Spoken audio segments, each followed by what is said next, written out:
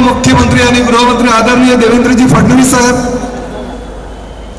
खास आपल्या प्रचारासाठी आलेले नांदेडहून प्रतापराव पाटील चिखलीकर साहेब, ह्या ठाणे लोकसभा मतदारसंघातील उमेदवार नरेशजी मस्के साहेब, आमच्या भगिनी 145च्या आमदार गीताताई जैन, नरेंद्रजी मेहता, जयप्रकाश ठाकूरजी, रवींद्र फाटक, उर्वेश सरनाई, राजू भोई, निशाताई नार्वेकर, विक्रम प्रतापसिंह, सचिन मांजरेकर, पूजाताई आमगावकर, किशोरजी शर्मा, रवी व्यास, आसिफ शेख, संदीप राणे, देवेंद्र शेलेकर, ठाण्याहून खास आलेले भारतीय जनता पक्षाचे संजय वाघोलेजी आणि खास आपल्या आग्रहास्तव या ठिकाणी उपस्थित झालेल्या टीव्ही कलाकार आणि ज्यांनी नुकताच भारतीय जनता पक्षामध्ये प्रवेश केला त्या रूपाताई गांगुली, या ठिकाणी उपस्थित असलेले सगळ्या बंदी भगिनी आणि मातांनो, सर्वप्रथम मी मस्के साहेबांचं मनापासून अभिनंदन करतो की जेव्हा महायुतीमध्ये ही सीट शिवसेनेच्या वाटेला आली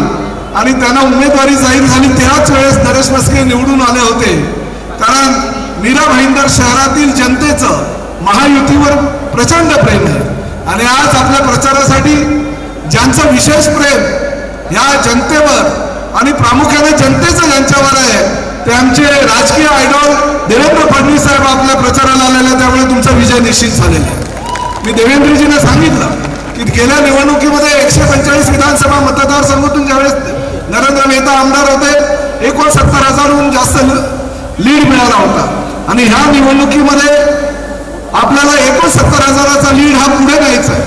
त्याचबरोबर 146 विधानसभा मतदारसंघातून आपल्याला 92,000चा जो लीड होता तो आपल्याला काही पुढे जाऊन मोठ्या प्रमाणात 1 लाखाच्या पुढे जाईल कसा ह्याचा प्रयत्न करायचा आहे।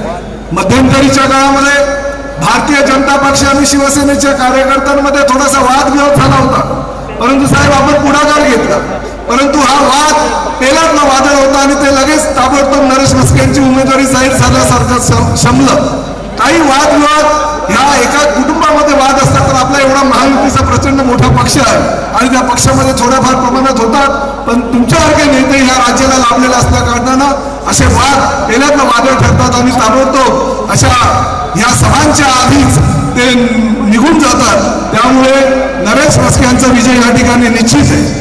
मीरा भाईंदरची जनता प्रामुख्यानं महायुतीच्या सरकारवर आणि नरेंद्र मोदी यांना पंतप्रधान करण्यासाठी आतुर झालेली आहे। 20 तारीख केव्हा येते आणि आम्ही नरेंद्र मोदी यांना पंतप्रधान करण्यासाठी 1 नंबरचं जे बटन आहे नरेश मस्केंचं ते कधी टाकतो असं ह्या जनतेला झालेलं आहे आणि निश्चितपणे फार मोठ्या प्रमाणात मताधिक्य मीरा भाईंदर शहरातून तुम्हाला मिळाल्याशिवाय राहणार नाही। नरेश मस्के साहेब खरोखर मनापासून तुमचं अभिनंदन करतो की ह्या महायुतीच्या कार्यक्रमाच्या माध्यमातून तुमची ही प्रचंड सभा या मैदानावर झालेली आहे आणि या सभेच्या माध्यमातून तुम्हाला आढळून येईल की मतांच्या माध्यमातून मीरा भाईंदर शहर पुन्हा ठाणे लोकसभा मतदारसंघात 1 नंबर राहील याची ग्वाही आजच्या ह्या कार्यक्रमाच्या माध्यमातून तुम्हाला देतो।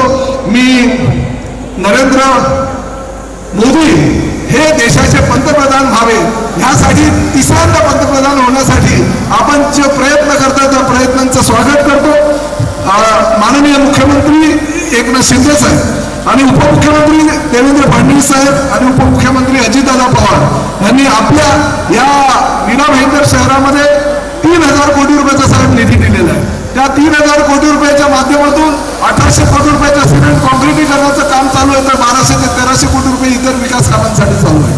मी आपल्याला एक विनंती करतो की सूर्या धरणाचं पाणी जे आपल्या मुख्यमंत्री पदाच्या कारकिर्दीमध्ये आपण त्याचं भूमिपूजन केलं होतं ते काम आता प्रगतीपथावर आहे। फक्त थोडासा जरी तुम्ही पुढाकार घेतला तरी भविष्यामध्ये 2 ते 3 महिन्यामध्ये ते सूर्य डॅमचं पाणी या मीरा भाईंदर शहराला मिळेल आणि तशी तुम्ही ग्वाही आजच्या ह्या कार्यक्रमाच्या माध्यमातून द्याल। त्याचबरोबर जो तुमचा महत्वाचा प्रश्न होता मेट्रो कारशेडचा तो प्रश्न सुद्धा आता निघालेला असल्या कारणाने मीरा भाईंदरची मेट्रो सुद्धा लवकरात लवकर पूर्ण होईल याची मला खात्री आहे। अनेक विकास प्रकल्प या शहराला आपण दिलेले आहेत ते भविष्यामध्ये सुद्धा कायम ठेवाल अशी अपेक्षा व्यक्त करतो। नरेश मस्केंसारखा एक सर्वसामान्य कार्यकर्ता ह्या ठाणे लोकसभा मतदारसंघातून उमेदवार म्हणून दिल्याबद्दल मी मुख्यमंत्री एकनाथ शिंदे साहेबांचा मनापासून आभार मानतो। ह्या कार्यक्रमाला आपण आल्याबद्दल देवेंद्र फडणवीस साहेबांचा मनापासून आभार मानून माझी रजा घेतो। जय हिंद, जय महाराष्ट्र।